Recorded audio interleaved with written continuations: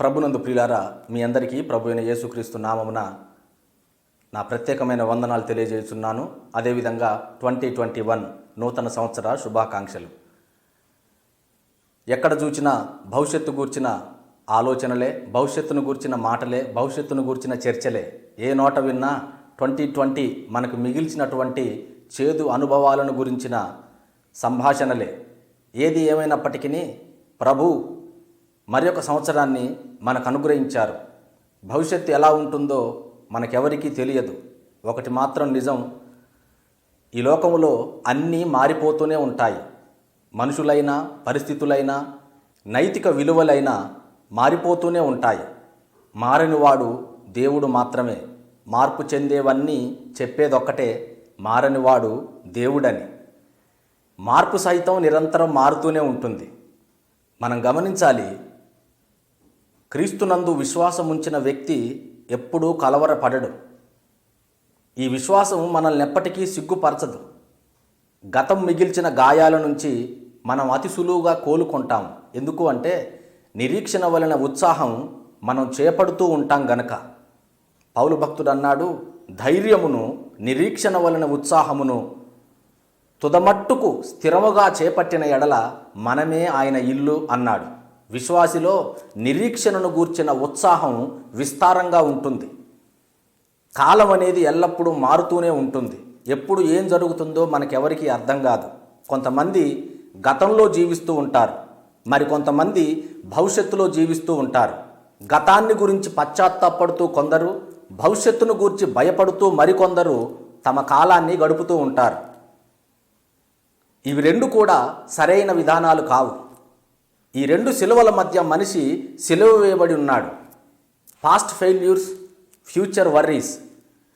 కానీ ప్రభువునందు విశ్వాసం ఉంచిన వాడు గతంలో జీవించడు, భవిష్యత్తుకు భయపడడు. ఇది క్రీస్తునందున్న విశ్వాసికి ఉన్నటువంటి ఆధిక్యత.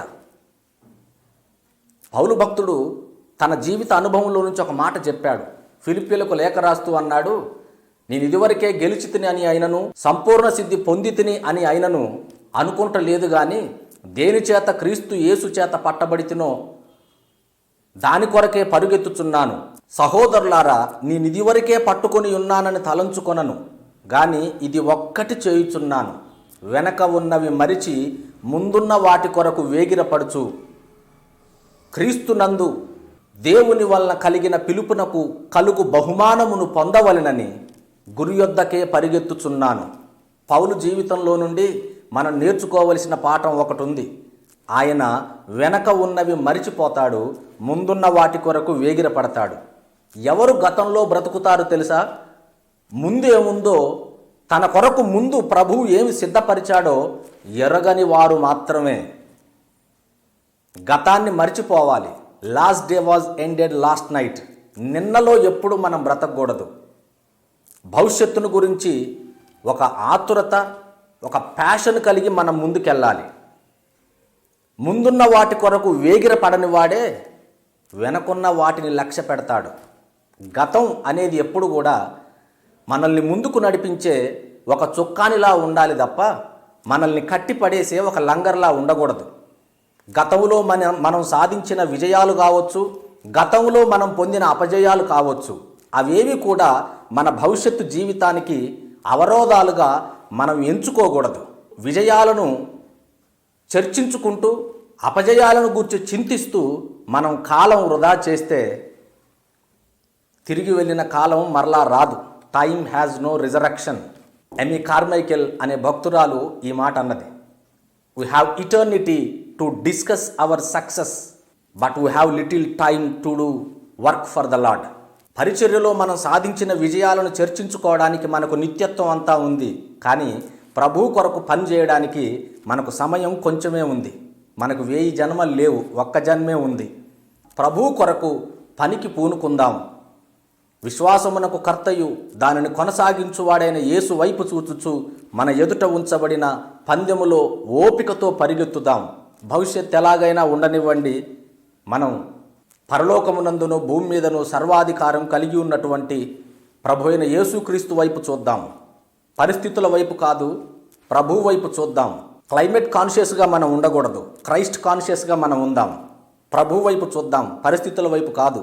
మనల్ని రక్షించింది ప్రభు, మన విశ్వాసాన్ని నడిపించేది ప్రభు. ఇతరుల వైపో లేదా పరిస్థితుల వైపో కాదు, ప్రభు వైపు చూద్దాం. మనల్ని ప్రేమించి ఆయన మన కొరకు ప్రాణం పెట్టాడు. ఆయన ప్రేమను జ్ఞాపకం చేసుకోనండి. ఆయన మరణాన్ని జయించి తిరిగి లేచినవాడు. ఆయన పునరుద్ధాన శక్తిని జ్ఞాపకం చేసుకోనండి. మన కొరకు తండ్రి కుడిపార్శ్వమున కూర్చొని సదా విజ్ఞాపన చేస్తున్నాడు. ప్రభు ప్రార్థన మన కొరకే అన్న సంగతి మనం ఎప్పుడు మరిచిపోకుందుముగాక. అదేవిధంగా రేపు మహామహిమతో ప్రభావముతో ఆయన తిరిగి రాబోతున్నాడు. ఆయన మహిమను కూడా మన హృదయాలలో నింపుకొని ఆయన ఘనతను ఆయన సార్వభౌమ అధికారాన్ని తలపోసుకుంటూ, ఆయన కృపాతిశయములను తలపోసుకుంటూ మన ఎదుట ఉంచబడిన పందెములో ఓపికతో పరిగెత్తుదాం. మన ఎదుట ఆయన ఏం ఉంచాడో దాన్ని మనం తలంచుకుంటూ, ఆయన మన కొరకు సిద్ధపరిచిన మేలులను మనోనేత్రాలతో దర్శిస్తూ ఈ నూతన సంవత్సరం అంతా సాగిపోదాం. ప్రభు కృప మీకు తోడై ఉండునుగాక. ఆమెన్.